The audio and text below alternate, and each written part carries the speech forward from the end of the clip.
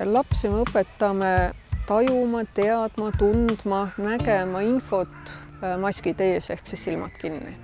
Imetlesin, et kuidas on võimalik siiski silmad kinni näha. Topside asi üllatas. See, kus mul on silmad kinni, aga ma ei tea, ma kuidagi nagu tunnetan selle energiat, selle värvi energiat. Ja et hakkavad mängima hoopis teised tajud ja see on hästi huvitav. Et teda nagu ei kiusata enam koolis, et see on jah, ta oskab kuidagi hoopis teistmoodi selle läheneda, et ta võtab kuidagi seda kergelt, võtab rõõmuga, et ta ei hakka iga asja peale nutma enam. Ja siis õpetaja küsib, et aga kus sa selle vastuse nii kiiresti said? Siis ta ütles, et aga ma tean seda vastust. Ja mõnikord õpetaja siis ütles, näita mulle, kuidas sa selle said. Ja siis ta tegi selle ära.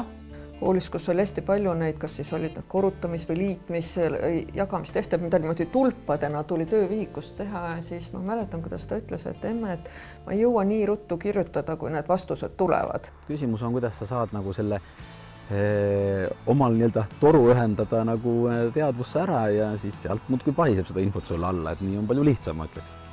Inimestena väga tihti ei pane tähele, kui palju infot me võtame vastu mitte silmadega.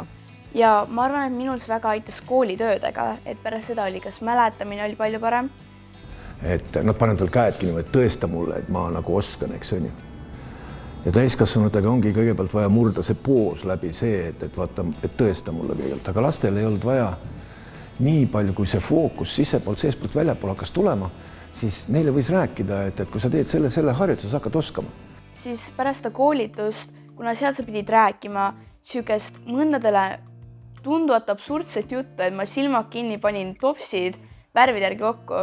Lapsed oma neid võimeid välja arendavad ja teevad seda, mis meile mõistus ütleb, et ei tohiks võimalik olla. Igaüks võib uskuda, mis parasjagu talle kasulik on, mis ta kõige rohkem tema huve teenib. See keskendumine ongi see kõige olulisem, millest me peaks alustama, et see fookus tuleks väljapoolt sissepoole. Ujumistreener just nagu kiitis poissi, et ta on nagu kõige parem keskenduja ujumas üldse. See teeb nagu nii palju lihtsamaks elu.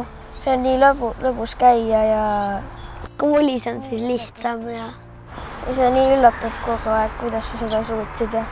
Aga oleme ausad, ega meie inimesed oleme võimelised asju seletama ainult oma tasemel.